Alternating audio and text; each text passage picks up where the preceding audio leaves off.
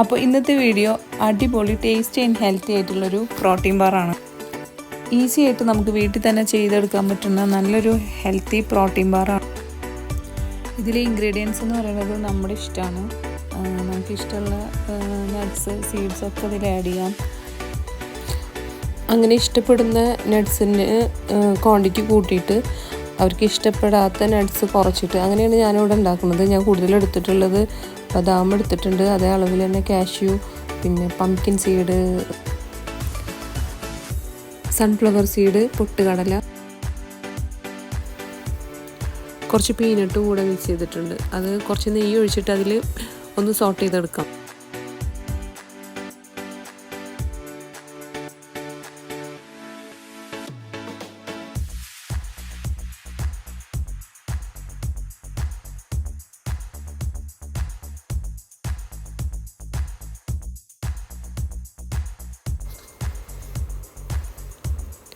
പിന്നെ ഡേറ്റ്സ് കുരു കളഞ്ഞ് വെച്ചതാണിത്. ഇത് മിക്സിയുടെ ജാറിലിട്ടിട്ട് ജസ്റ്റ് ഒന്ന് പേസ്റ്റായിട്ട് കിട്ടില്ല, ഒന്ന് ക്രഷ് ചെയ്തെടുക്കാം.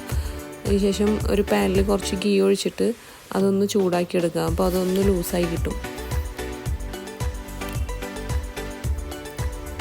ആ ചൂടാക്കിയ ഡേറ്റ്സിൽ ഈ റോസ്റ്റ് ചെയ്ത് വെച്ചിരിക്കുന്ന നട്ട്സ് ഇട്ടിട്ട് മിക്സാക്കി എടുക്കണം. ആ ചൂട്ടോട് കൂടി തന്നെ അത് മിക്സാക്കി എടുക്കണം. അതിൽ തണുത്ത് കഴിഞ്ഞാൽ അത് ഭയങ്കരമായിട്ട് ഹാർഡായി പോകും.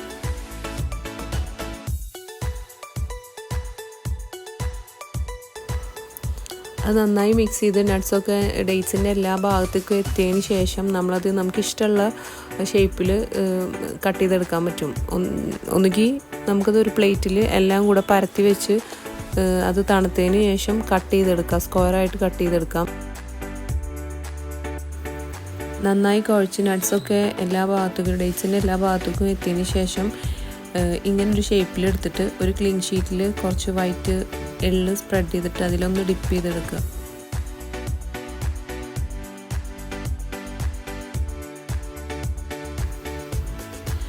എല്ലാ ഭാഗത്തും എള്ള് സ്പ്രെഡ് ചെയ്തതിന് ശേഷം അത് നന്നായി തണുക്കാൻ വെക്കാം. ഫുള്ളായിട്ട് ചൂട് പോയതിന് ശേഷം ഒരു ഫോയിൽ പേപ്പർ എടുത്ത് അതിൽ റോൾ ചെയ്തിട്ട് നമുക്ക് കുറച്ച് നേരം ഫ്രിഡ്ജിൽ വെക്കാം.